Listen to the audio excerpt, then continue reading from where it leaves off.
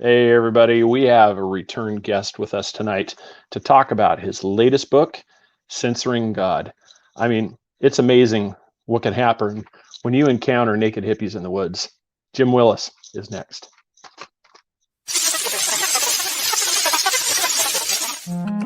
Welcome to the Three Beards Podcast. My name's Craig, along with Austin and Chris. Passed to a new generation of Americans born in this century.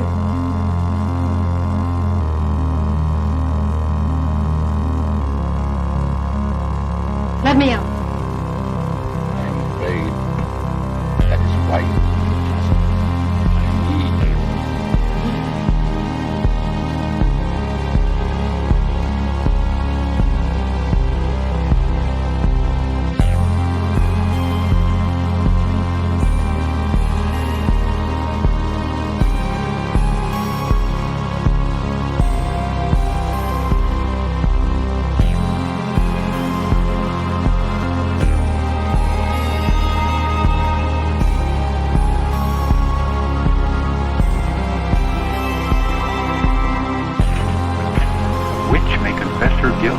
Then live to send the innocent to their death? Is this justice and honor in Massachusetts colony?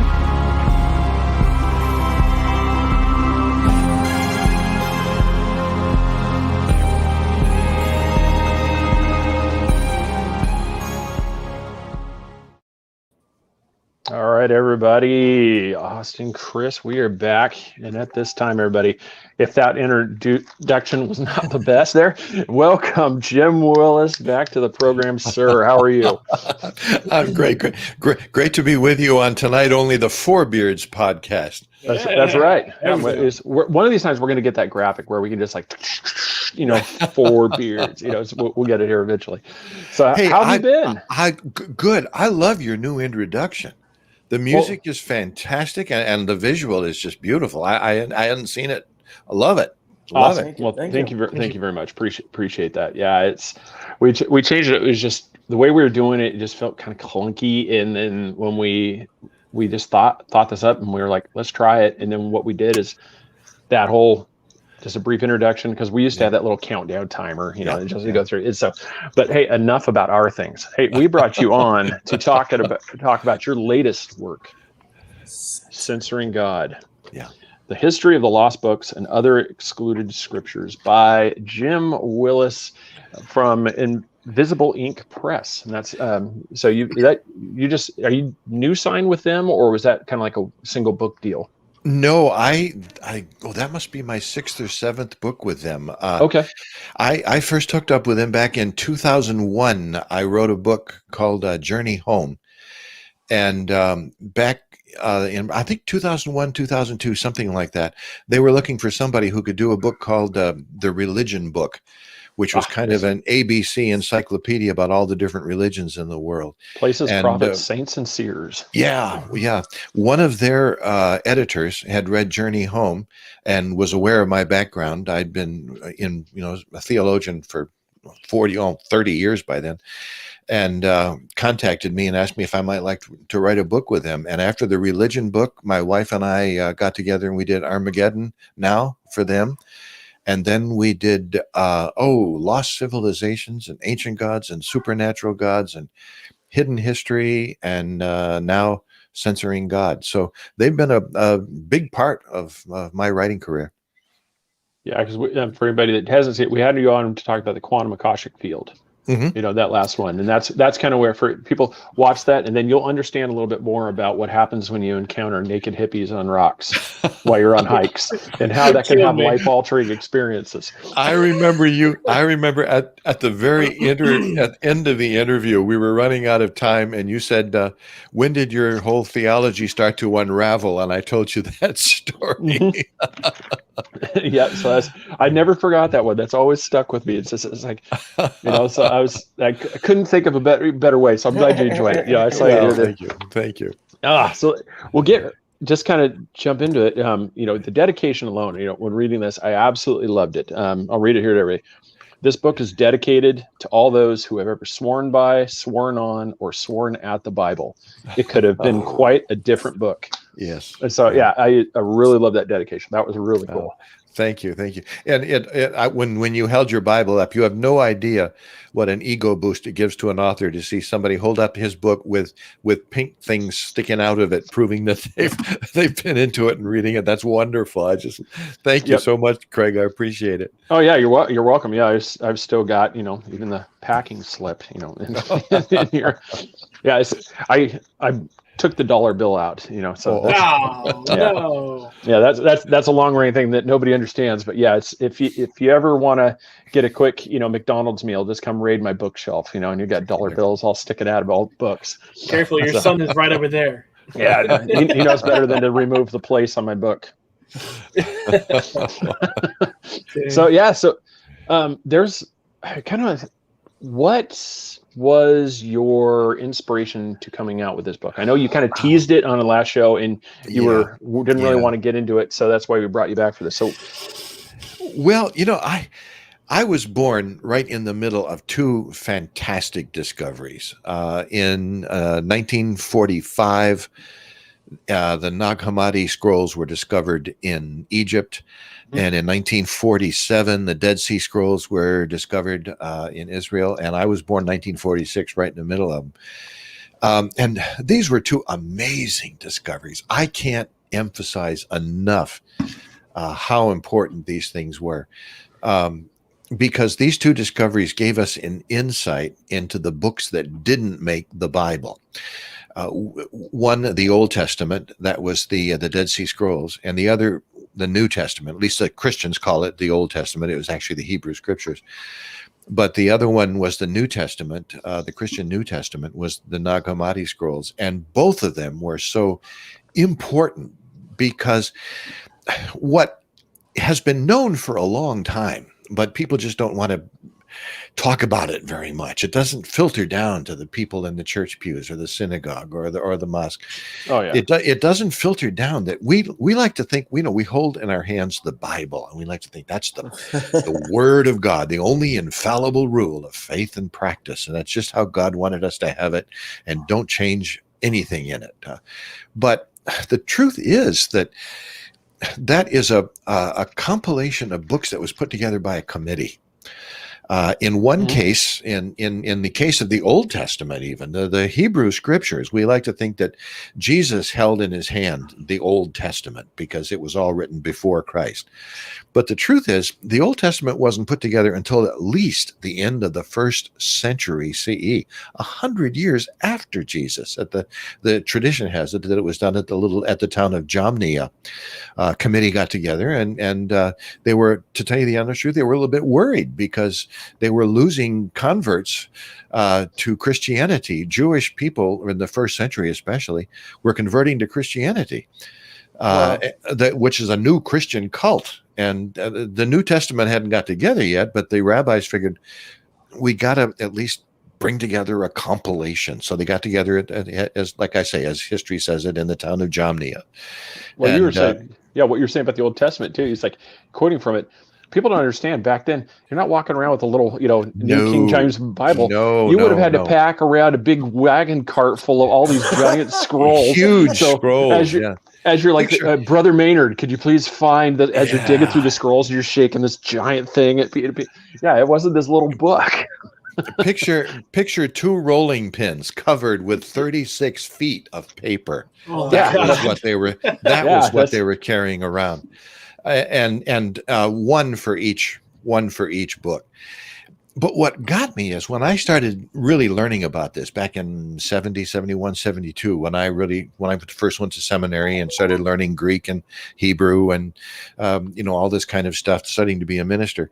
When I first learned all this, it began to really, it bothered me, because not only were these committees that put together the Bible, not only were they all men, there were no women there, of course. Not only were they all men, they were so afraid of what might happen that not only did they reject certain books, they killed their rejections. They buried them. They burned them. They didn't want anybody to know it. And I found myself saying, what are they covering up? And little did they know that up in the Dead Sea, outside of Jerusalem, up above the Dead Sea, there were this group of people called the Essenes, who were carefully taking all their rejects and putting them into glass jars and burying them in caves. And there we didn't know until 1947 what some of these books were that they had rejected. We just had little snippets of them here. Same thing happened in the New Testament. It happened in Nag Hammadi. Constantine was was an emperor of the Roman Empire. It was a far-flung empire. It went all the way from the British Isles all the way over into Asia and down into Egypt. And there were three great Christian sects that had been formed after Constantine converted. Actually, I don't think Constantine really probably ever converted to Christianity. His mother was the real push there. But he wanted to bring the empire together. And so how did he do it? He figured if he had one universal religion, he could do it. So he had a group of Christians down in Egypt who were called Gnostics. And he wanted to get rid of them because their idea said that anybody can come to God. That God was within all of us, and we didn't need a priest. We didn't need a church. Well, Constantine wanted to form an empire. He didn't want that out there. So he got rid of the Gnostics, and he said, burn their literature. So they did. And a couple of Gnostic priests finally decided, well, you know what, we're going to save some of this. And they hid it in the desert, and it wasn't discovered until 1945. Everybody says we have four gospels: Matthew, Mark, Luke, and John. Truth is, there were more than 35 to 39 gospels: the Gospel of Mary, the Gospel of Thomas, a lot of these other gospels, Gospel of James, Peter, and they were all buried in the desert. Nobody knew they were there until 1947. Wow. It's crazy. Well, that's I was going to say, if I'm not mistaken, wasn't that Constantine's son the one that most current depictions of Jesus are based off of in the paintings? It was one of the. To be honest, I had never heard that. I didn't know that. It could very well have been. Because everybody sees it. It's like, this is a picture of Jesus. I'm like, actually, I think you're worshiping his son.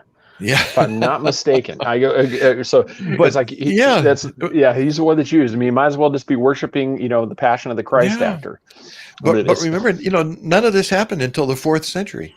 So we're talking the late 300s, almost 400 years after Christ died. Finally, the New Testament is put together. I've been studying this stuff since the early 70s, and I wanted to get a book that was readable. A book that could, be accessible by anybody, and I didn't want it to be necessarily controversial or anything like that. I just wanted it to be a readable book that would give these people this information, because it had disappeared into what I like to call the conspiracy of silence. And by that I mean there was no great organization has been deliberately trying to keep this stuff from people, at least in our age. Earlier there were, but people just don't talk about it. Pastors don't. They learn this stuff in seminary, but they don't want to stand up in front of a congregation and say, "Hey, remember these 4 books that I teach you: Matthew, Mark, Luke, and John? There were actually 36, 37 of them, something like that."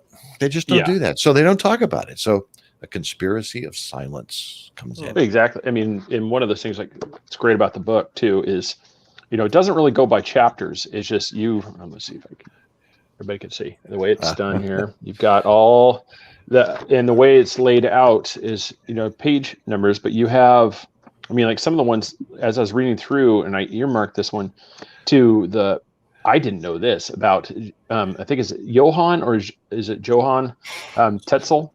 Oh yeah, Johann Tetzel. Yeah. I just I'm sure the other guys haven't don't remember this. Yeah, go ahead if you want to get into that, because I didn't even know about that. So that was amazing. There was a time during the Inquisition, really. It was just starting out, but the Roman Catholic Church was busy building huge amounts of cathedrals all over the place, and generally they would build these cathedrals on places that were previously holy places to other religions. For instance, the great Cathedral of Chartres, one of the great cathedrals of the world, is built right on the place where the ancient Druids used to meet. and their holy ground. And they wanted to build all of these cathedrals, but of course it costs money to build a cathedral. So how do you get money? Well, by then, although it's not in the Bible, the Roman Catholic Church had come up with this idea of purgatory. And the idea is when you die, if you are not ready to go right to heaven, which very few people were, you went into this kind of in-between place called purgatory. And there you stayed until your relatives paid the price to buy you out of purgatory and get you into heaven. And Johann Tetzel would go into town trying to raise money to get people out of purgatory, and he was going to use the money to build these cathedrals. And he had this little song that he sang, and it's an historical song. You can read it in any church history book. He'd ride into the town singing, "As soon as the coin and the coffer rings, a soul from purgatory springs." Well, who wants to keep Uncle George in purgatory? You know, so you put money into the pot, and boy, Uncle George is sprung, and he goes to heaven. And the reason for this, the reason he can do this, is because Peter had given to the first pope, Jesus had given to the first pope the command that whatever you loose in heaven, whatever you bind on earth, I will, it will be bound, and whatever you loose on earth will be loosed in heaven. And so the idea was that as soon as you paid Uncle George's bail by paying for the new by the new cathedral, and Uncle George could then be sprung out, the Pope would release him so he could go to heaven. And it was a terrible thing. It was a dark, dark place of Roman Catholic history. And I don't mean at all to criticize Roman Catholics or anything like that. I'm just saying these are the facts. This is what happened. And Johann Tetzel was the instrument of this. Wow. And you can read it in any church history book. I didn't make it up, or it wasn't on the dark web someplace. It's a matter of historical fact. Yeah. Go ahead, Chris. I've never even heard about the purgatory thing. Do they still talk about that in a Catholic religion? Oh yeah. It's still it still exists. And there's your relatives can spring you out of purgatory, not just by giving money. They can offer a certain amount of prayers, or offer a certain amount of money for masses to be said in church, or whatever, this kind of thing. And the idea is to atone for the sins that you committed on earth. And the only way to do that is by earth people atoning for them by doing these various acts of recompense, so to speak. Have you watched the show The Witcher? Have you seen that one? No, I haven't. Oh, that was pretty good. What I'm thinking is the minstrel, he sings a song, toss a coin to the Witcher. And I'm just picturing, here comes this friar, just walking around. You got somebody singing his songs. You're basically holding this holy cup, and people are tossing coins to save, you talk about the craziness that was back then. Well, you can still see that. It's a way of offering forgiveness for sins. Even today, you can go into churches and they will offer a mass in honor of so and so, or this mass is in honor of such and such, and it still is going on. They don't have it in Protestantism. To tell you the honest truth, now that I think about it, I don't know if they do this kind of thing in Eastern Orthodox traditions or not. I'll have to check that out. Wow, we got them thinking. And then just as we went through, I think a few chapters after that, you started talking about the Bible code. Yeah, and that's that one for anybody that doesn't know about this one. And one of the ones I wanted to ask you, it's obviously you need to read the book, so you know what he's talking about there. But do you yourself? Are you a firm believer in this, or is this just one where somebody's found an algorithm that just seems to work? I'm a firm believer on every second Tuesday. It really is tough. I don't want to believe in it because the implications are staggering. But on the other hand, boy, the evidence is really out there. For those who are not familiar with the Bible code, Michael Drosnin was the one who made it popular. Michael Drosnin was an author who, by the way, didn't believe that God put the Bible code into the Bible. He believed that ancient aliens did it. He even pinpointed the place where they landed on a peninsula down near the Dead Sea, and he believed that they actually put up a monument which will someday be discovered. And they wanted to write a code because they were above time, so to speak. But the Bible code itself, most people who believe in the Bible code believe that God placed it in there. For instance, Dr. Eliyahu Rips, who is a Jewish scholar, brilliant Jewish scholar, who believed that there was actually a code put into the Bible. And how they found this out was, you couldn't have done it before computers. You had to have computers. And what they did was they would take the Hebrew letters of the Bible and put them into grids or squares, so many letters across, so many up and down, to form those kinds of those word puzzles, that they put in the newspapers where you can find a word and sometimes it goes diagonally or sometimes it goes up and down across. Word search.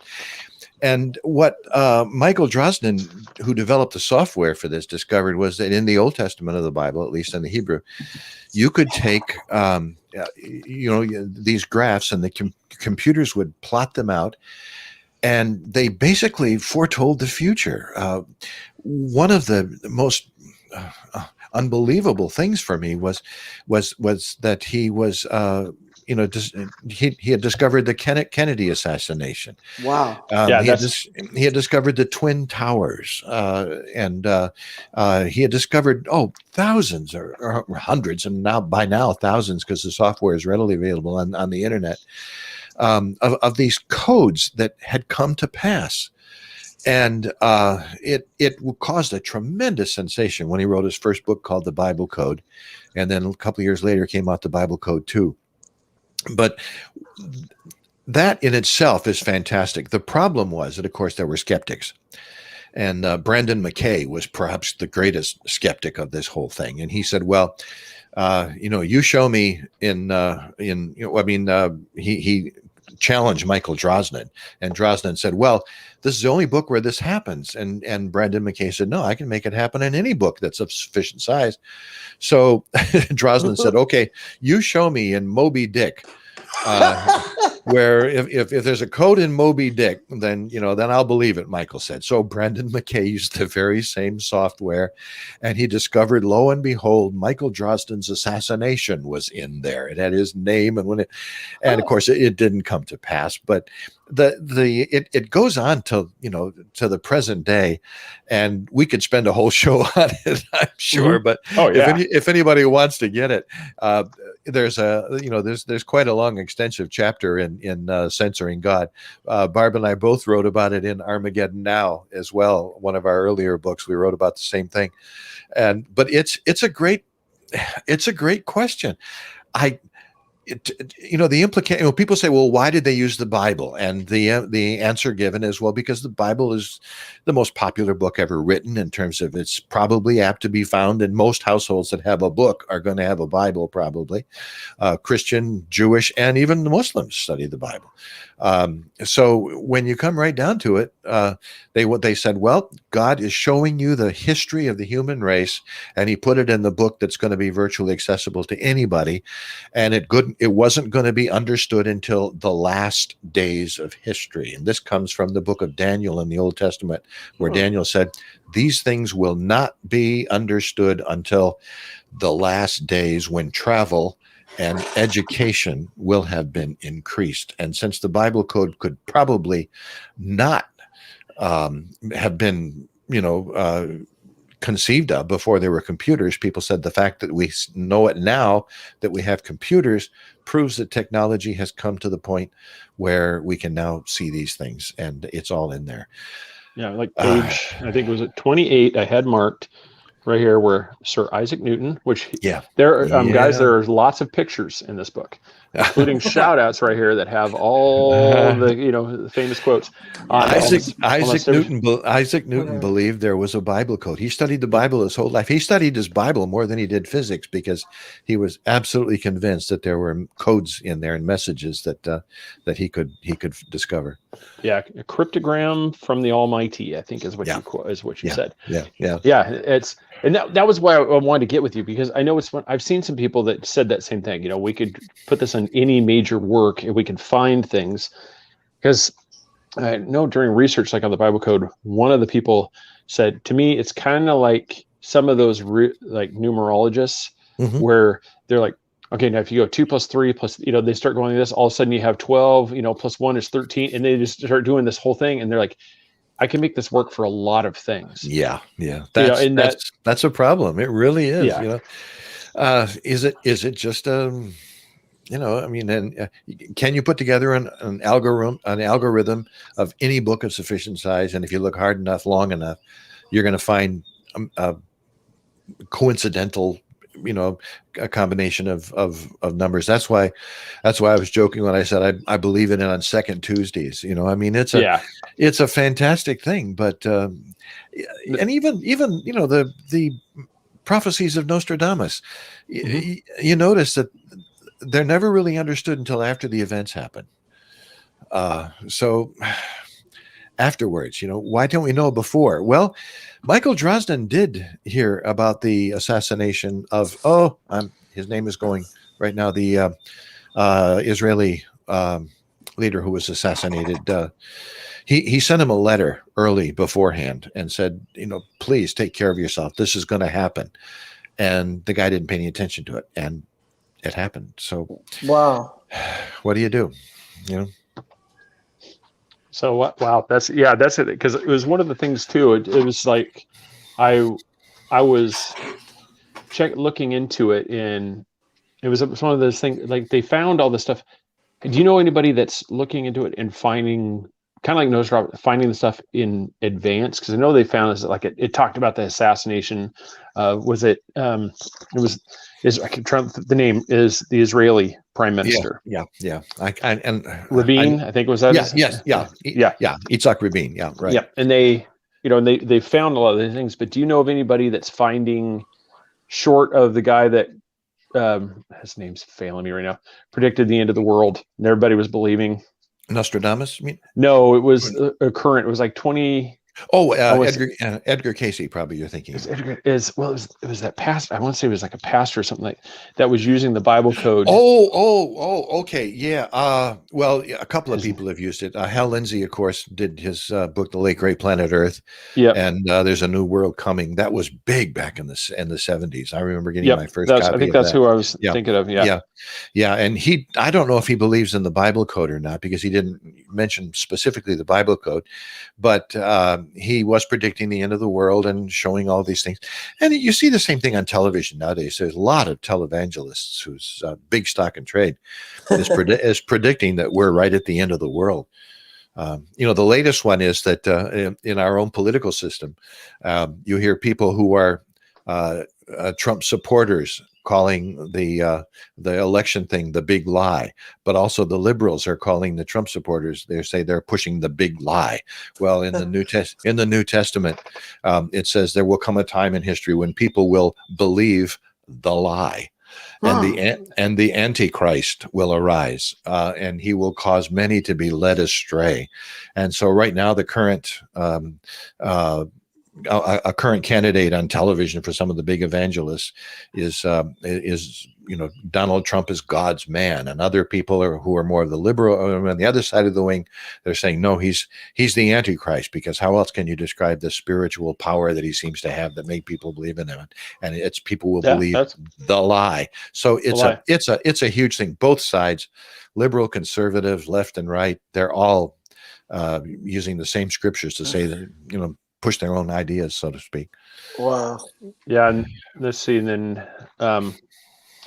then you had chapter further on up there. It talked about the 2014 book, The Lost Gospel. Yeah, and that's I got that right here. My little thing here. Let's make sure I got it. That one is. I send a picture for everybody that There, see, once again, Who- pictures. Who likes Yeah. pictures like me? Yeah, we Yeah. like pictures. Yep. Yeah, he has a show on television right now on the History Channel called The Naked Archaeologist, Oh. and he's Jewish. He is either agnostic or atheist, but he's Jewish by birth, and he claims to be the Jew who discovered the Jew who found Jesus, because he thinks he's found the tomb, or where Jesus's brother James, and perhaps the real tomb where Jesus was buried. It's fascinating show. Yeah. And and that was one I was really, because it's fine. I flagged both these because I really want to talk to you. It's always been kind of a thing to me where my belief, and we talked about it, I think last time too, is just like Mary Magdalene. Yeah. I believe wholeheartedly that both Jesus and Mary were, even from the water into wine, story, that was his wedding. That wasn't, because I remember looking at that. The wording of the Bible is describing the actions of a groom. Providing more wine for the wedding. That was the groom's activity. That wasn't just, that wasn't a glorified servant, coming in and helping out at some wedding. This would be depicting his, and, with the Mary Magdalene thing, and what more reason, like you said earlier, no women are allowed in this council, and any books that have, those are, the book, the Gospel of Mary Magdalene. Yeah, we can't have that in there. Yeah. Yeah. The book, the Gospel of Thomas has the rest of Jesus's disciples talking about the disciple whom Jesus loved, and they said that he loves this particular disciple more than he loves us. And so the question is, was that? It's generally called to be John the beloved disciple, but was it really Mary? Was Jesus married? Did they have a child together? Dan Brown's book come in and bring all that up.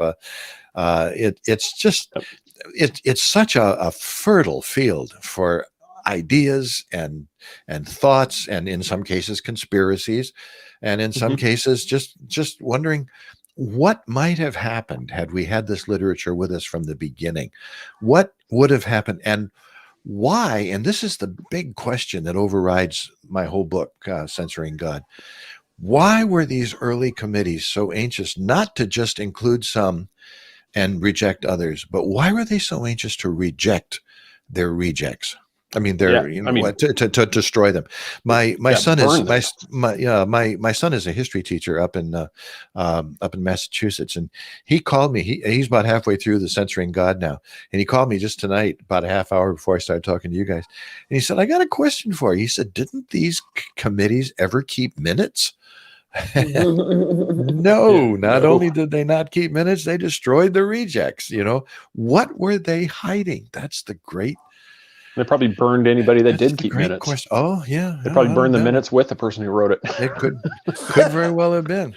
Could very well have been. That's a great question. It's like, you think there'd be some record, but it's not. And a couple of people we've talked to in the past too, about this one, it's like the Gospel of Thomas. Yeah. And you have these things.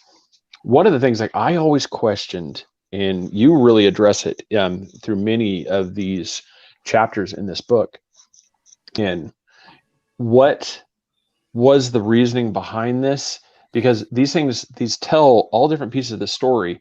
Yep. If this is the Savior of mankind, this is our way to salvation, why would you restrict so little of the information? Wouldn't you take any and all scraps of paper you find that even say the name Yahweh, Jesus, said this, and you just put this in? It's like, these are the words of our Savior. We must know all these. Yeah. No, they were like, nope, if it doesn't fit in this little box, we burn it.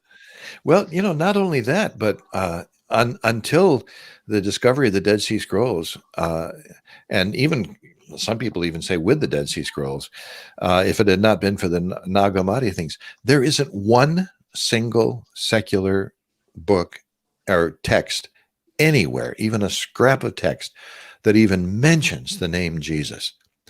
Wow. We know a lot about what happened in Jerusalem during Jesus's time. We know a lot about other people lived, because there's all kinds of texts. There's shopping lists. There's economic texts between cities and all this kind of stuff.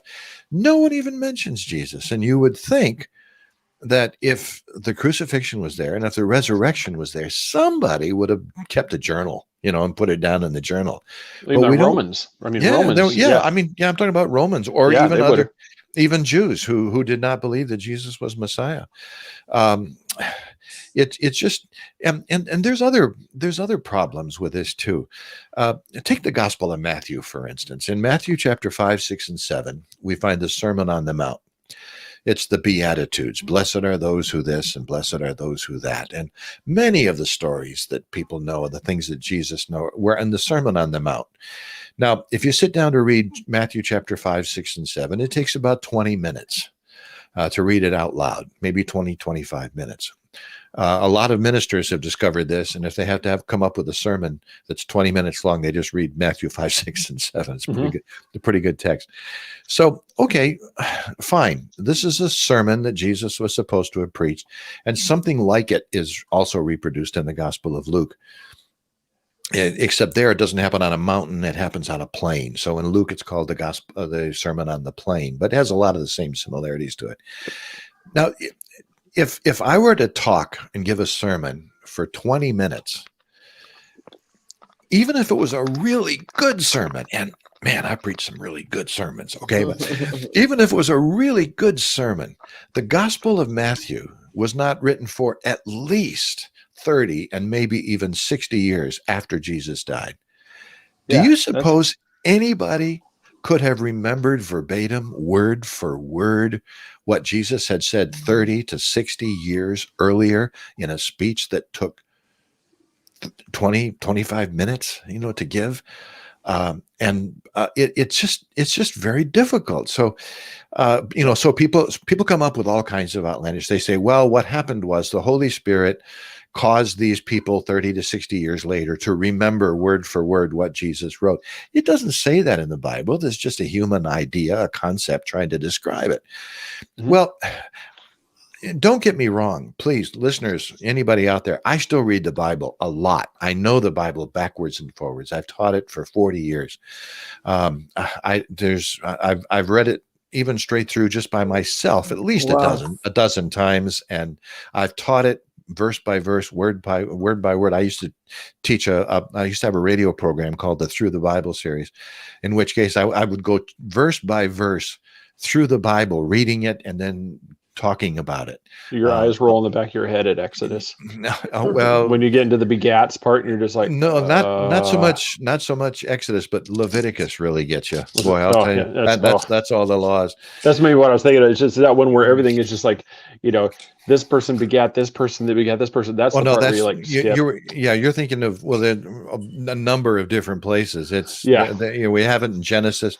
Matthew and Luke both give it called the begats, and so and so was born and he lived a certain number of years and he begat so and so, and then he went on. And you read all of these things in the Bible that are in the book of Leviticus. As a matter of fact, I used to have so much fun. A devil made me do it, I guess. I used to have so much fun when I was teaching, and I had a lot of Christian kids who were taking my course in comparative religion. And I like to try to tell them that there was so much about their own religion that they don't know.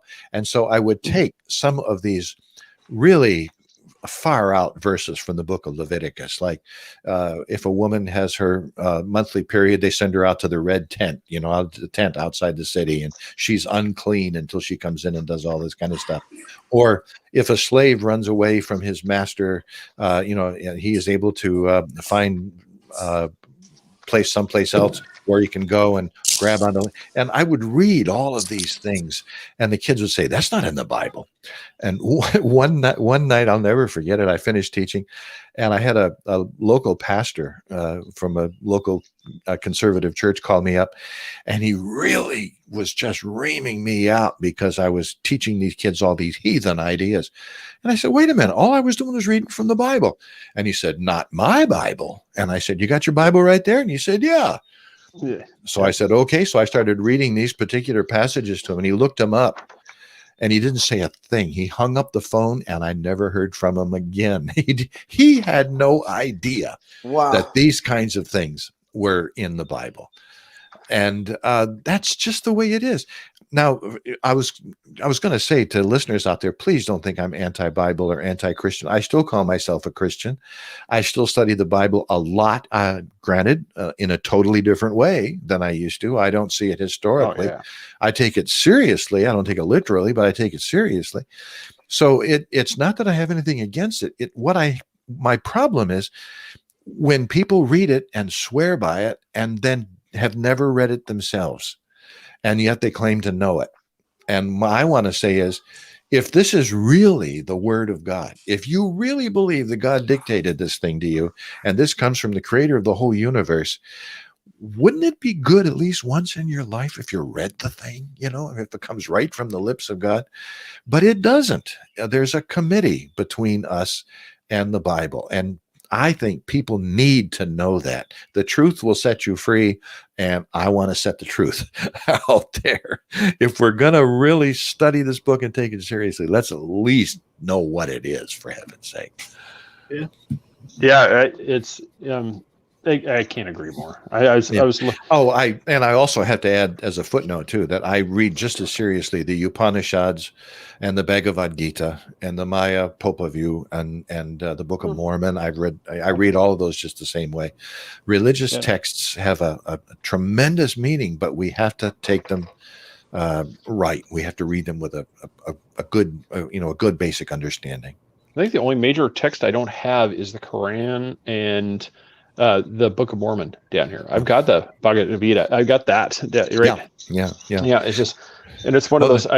I got that from a hotel. Yeah, really. It was great. We stayed there, and because normally you get the Gideon Bibles are in the drawer. Mm-hmm. This one they were Hindu, and so they had all the rooms had these things, and it was with a note, "Please take home." And I'm like, don't threaten me. I'm like, all right. So I grabbed the book and I got it for, so I would read it. So it was one of those pretty cool things. Yeah. Well, the Quran is an interesting thing to bring up because actually, to be perfectly legitimate here, and unless you've read the Quran in the original language, you haven't read the Quran. Now, I don't read the original language, so I can never say I've read the Quran. I've read English translations of the Quran, but I've never read the actual book. The Book of Mormon is a different story. To be honest, I grew up I've spent my college years in a little town of Palmyra where they have the Mormon pageant every year. And was where Joseph Smith had his first vision. And so, of course, I was really interested in the Book of Mormon. And when I finally got to read it straight through, I went in there with an attitude. I wanted to say, I want to disprove this thing, to tell you the honest truth. And at the end, I had to face the truth that I have a lot more education than Joseph Smith. I have a lot more background in religion than Joseph Smith did. And I couldn't have written the Book of Mormon. So that's something to think about. Now that you mentioned that, the Book of Mormon seems so secretive, like religion. We have like a really big church in Orlando that is like, it has a solid gold ball on the top of it. It's like it's guarded. Yeah. But their religion seems so secretive. Parts of it are. Yeah, parts of it you're not permitted to know about until you enter the fold, so to speak. We need to do a show on that, because have you seen the Netflix series? If you haven't, you gotta see it. Murder Among the Mormons. It talks about the if you remember back in the 80s, the bombings. Yeah. Oh wow. In Salt Lake City. That's so we'll get don't get too sidetracked here.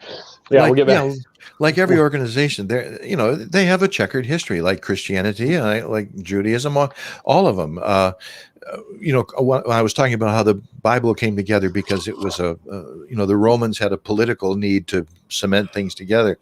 It's interesting that the Mormon Church practiced polygamy right up until they wanted Utah to join the Union as a state, but they couldn't do it as long as they practiced polygamy. So for that political reason that they wanted to become a state of the United States, all of a sudden they discovered new things in the Book of Mormon that said we're not going to practice polygamy anymore, and it split the church right in half. Reformation instantly.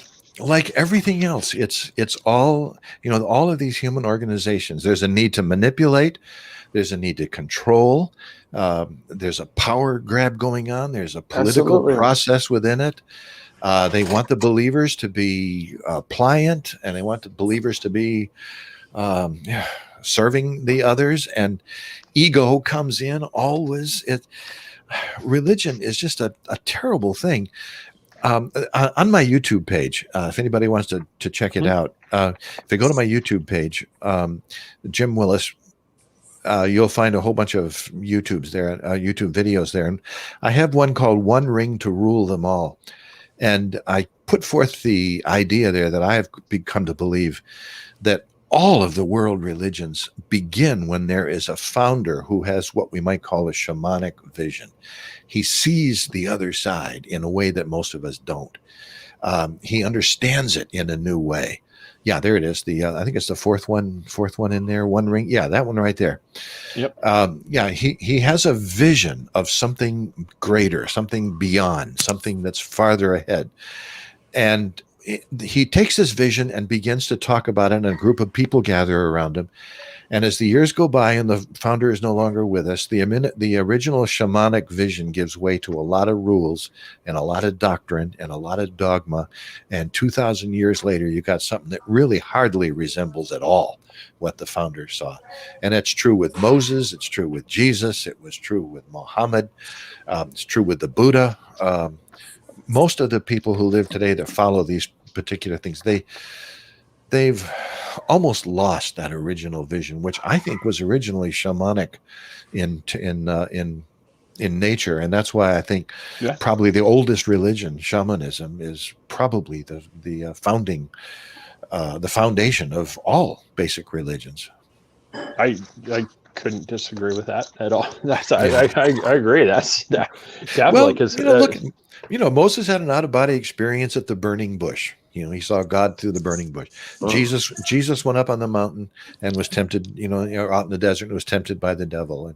And Muhammad went out to the cave where, he meditated until finally Gabriel, the angel, came and said, write, and dictated the Quran to him. All of these were basically shamanic visions. Buddha, even under the Bo tree, he met the Buddhist concept of the devil, who offered them 3 temptations, just like Jesus. And they are all that original vision of somebody glimpsed something that was beyond our perception realm. And a religion grew about it over the years. It just hardened and hardened until it became what we see today. Yeah. I mean, we would be remiss, one of my favorite chapters was There Were Giants in the Land. It's okay. And it was what I really like that one. And it's there's a picture in here that because I've always actually thought that might be closer to what Goliath was like. Everybody just pictures like it was some 7, just like a guy that was just a lot taller. No, I actually think, like when you were talking about this, I really believe that it was the holdover of the Nephilim, that he was just that this was one that had survived, kind of like that rumored the U.S. Special Forces encounter in Afghanistan. Yeah. That might have been a holdover Nephilim. That's a fascinating story. Most people don't realize they can look in their own Bible and find out that Goliath wasn't the only one. Goliath had 3 brothers. You can read about them in 2 Chronicles. And so there were at least 4 giants that we know, not just the one, Goliath. Mm-hmm. But the whole idea of the Nephilim comes from the book of Genesis. In Genesis chapter 5, I think, chapter 5, there's a strange verse that says, and the sons of God saw that the daughters of men were fair, and they came down and mated with them, basically. And the offspring of these people were called Nephilim, and Nephilim is translated giants. These were the mighty men of renown. And for this reason, God was so upset that he set the flood. And his whole purpose of sending the flood was to destroy these crossbreeds, these hybrids, so to speak, of the sons of God, whoever they were. And I go into that quite a bit in the book, and the daughters of men. And so the whole thing was, to destroy these. And if the flood was not universal, were there places where giants remained? Well, we can go back just a couple of 100 years ago in our own history, and we can read about the early Spanish explorers when they were discovering Patagonia. They met giants. In Jacksonville, Florida, there was supposed to be a tribe of giants that the early Spanish explorers had to fight. And they said it took 10 Spanish explorers to fight one of these big giants. You find that giant mythology all over the world. And where does it come from? Is it Jung would say it's a universal archetype found within us, but I don't know. The fact that you find it in stories, not only mythology, but in the journals of the Spaniards who went forth to discover the New World after Columbus, and all these other places. The whole idea of Bigfoot in America. There's a lot of Bigfoot legends found around the Great Lakes, for instance, and in Washington and Oregon, and those were the same places where the early Indian tribes from those days had the mythologies of the giants. Did giants manage to keep going? And are they the basis of the whole Bigfoot stories that are out there? Hard to tell. Yeah, that's the thing too. It's like everybody, this book, you gotta get the book. Yeah, the censoring God. I mean, as I said, it was one of those. It's there's so much to cover. It's in an hour's time. It's just I'm thinking like I'm picking and choosing the different things that we can get into. I mean, because I just looked at me, we're at 50 minutes here. I want to get into the chapter, and let's see, and I got it here. I think I have it. I'm trying to remember what page it's on here, but it's one where you cover about Revelations. You get into that. And that was always, as I think we talked about this last time, that was always my book. That's when I got bored when the pastor was talking about something that I didn't care about, I'd flip to Revelations because that was the cool part. That was only the cool kids in church read Revelations. When I was a brand new minister just starting out, I don't know how many Bible study courses I taught on Revelation. It's a fascinating book, and there's so many levels you can read it on. There are different schools of thought. There are the futurists who believe that Revelation talks about the future, the real end of the world, Battle of Armageddon, and all that. Mm-hmm. There were the historicists who believe that Revelation is a code that was really talking about what was going on to the early Christians at the end of the first century when they were being persecuted by the Romans.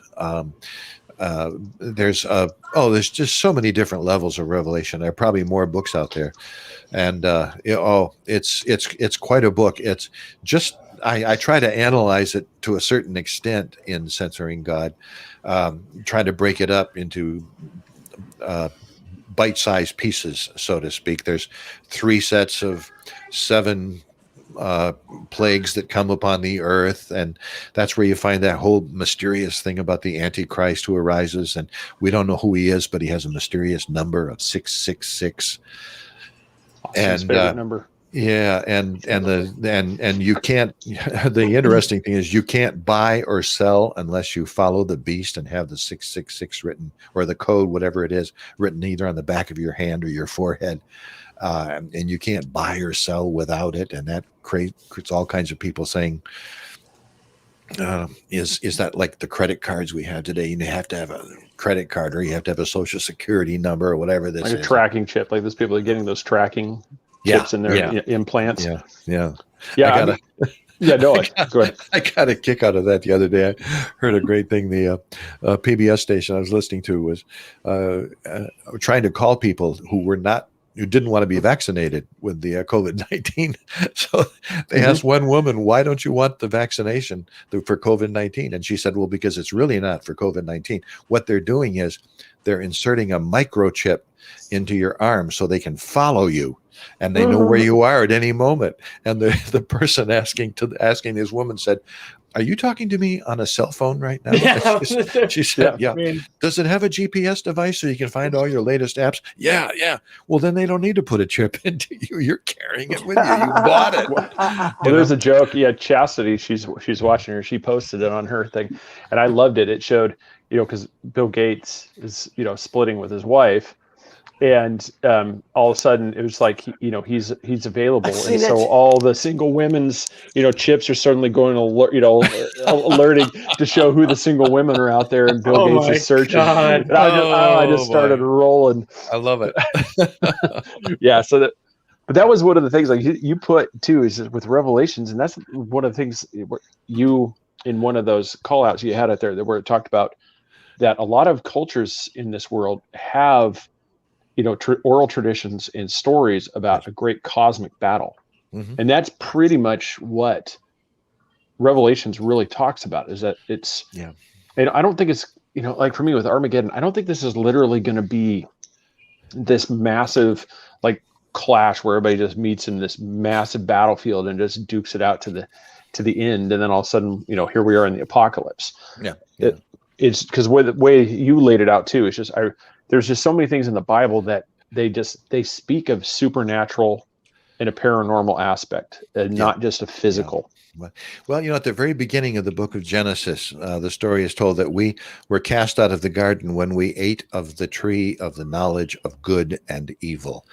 Good and evil is a duality. We live in a world of duality, up and down and right and left and all this kind of stuff. And the greatest duality of all is good and evil. And a lot of mythology, a lot of the book of Revelation talks about this great cosmic battle between good and evil. What's going to happen? And it's a fruitful place for mythology. And I really wonder, sometimes when I was over in Israel some years ago, I had a chance to stand above the battle above Megiddo, at Megiddo, and look down on the field where the Battle of Armageddon was supposed to have been fought, or supposed to be fought yet in the future. Wow! And it was a fascinating experience. But when you stop to think about it, if you look at it as a cosmic battle between good and evil, the Battle of Armageddon is everywhere, including in our own hearts and in our own minds. Yeah, that would be something to see that. Yeah. So that's one of those things. You have these legendary sites, and to be actually able to go to one of those would be fantastic. Oh yeah. It was wonderful.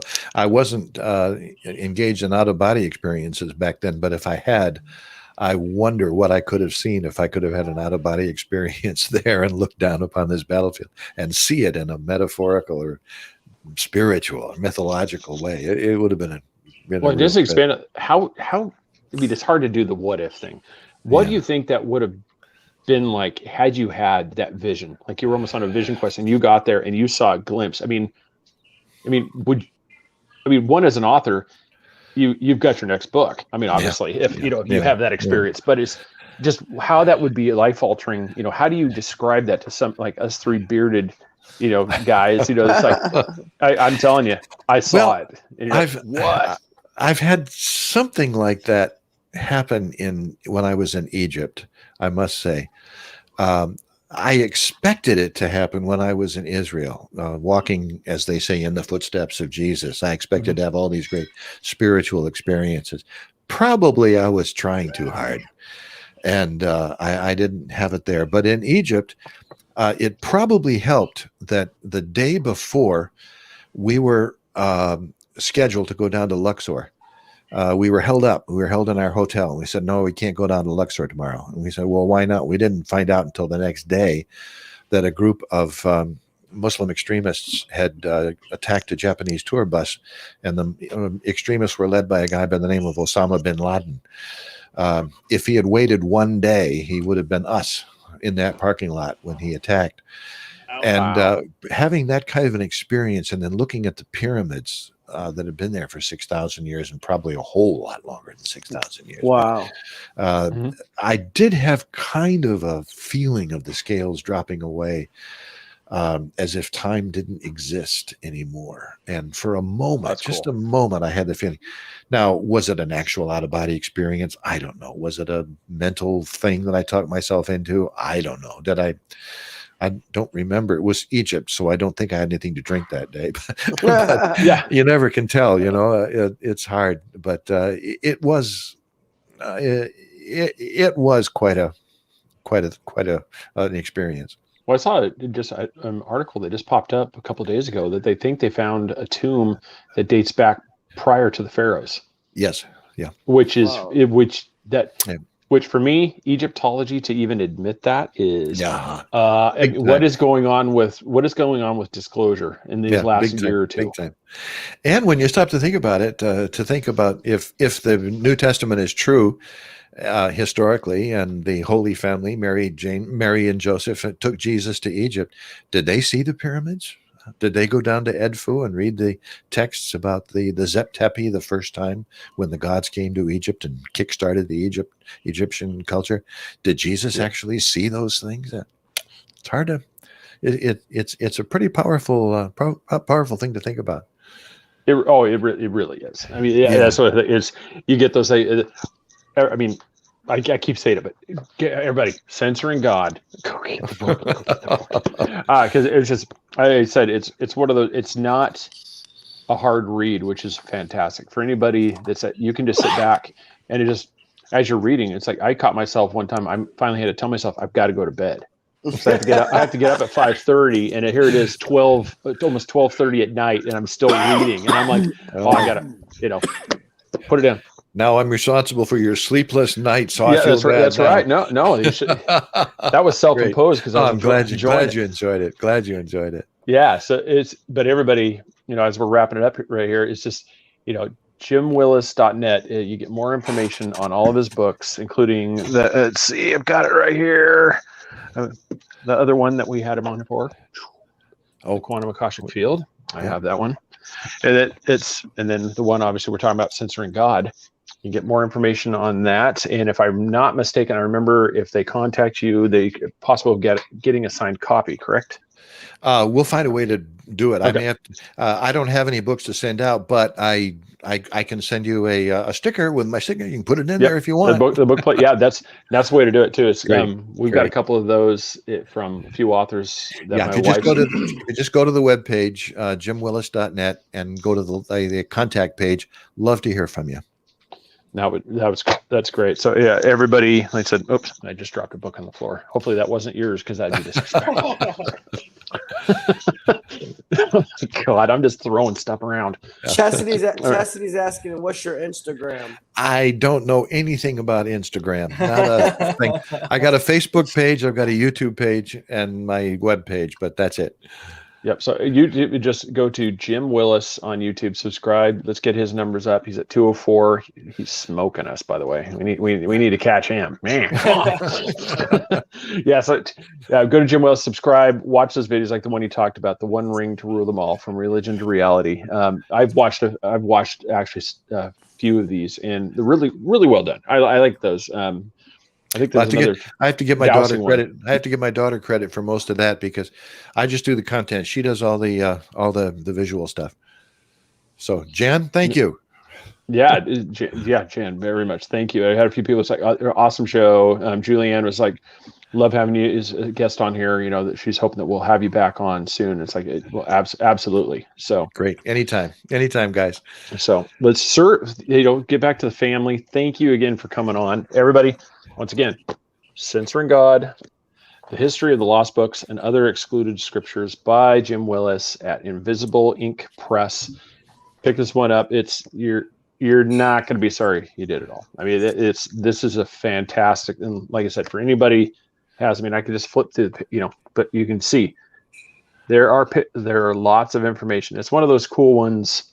You mentioned Dan Brown. It's kind of like, I loved it when they finally came out with the one that had all the images, because now you finally didn't have to picture these, and I didn't have to. So when you do something like this, you saved me the trouble of Googling. So Google can take that. You did the work for me. I appreciate that. Thanks an awful. I sure appreciate the plug. Yeah. Oh, absolutely. So go there. Amazon. I think it's right there. As soon as you type in Jim Willis, I think it pops right up. Censoring God. So great. Go there. So JimWillis.net. Look him up. YouTube.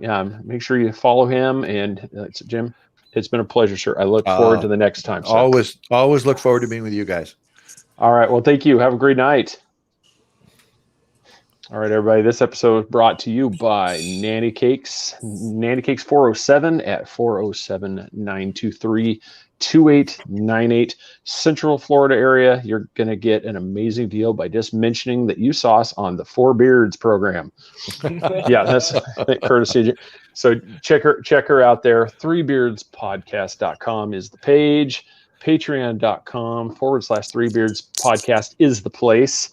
Go there and become a beardo like us YouTube go to our channel there, subscribe, and on social media, Instagram, Twitter, soon to be doing something with TikTok. I have 3 videos on TikTok. I'm the only one doing TikTok videos. I know. We missed a grand opportunity. Austin was just rolling in the surf. You know, the waves kept hitting him, and so we could have had an awesome TikTok video, but nobody It was not filming. fun. It was not fun. We failed on that one. But everybody, appreciate you watching. Thanks everybody. Jim Willis, jimwillis.net, YouTube. Follow him, like him, buy his book. Make this happen for this guy. Move him up the bestseller list. Oh, thank you. So yeah, Appreciate it. You're welcome, sir. Everybody, thanks for watching. Stay tuned for tonight. The next show tonight, it's gonna be a crazy one. We got Trap Gambino coming on. But Jim, thank you again, sir. Everybody, good night. Good night.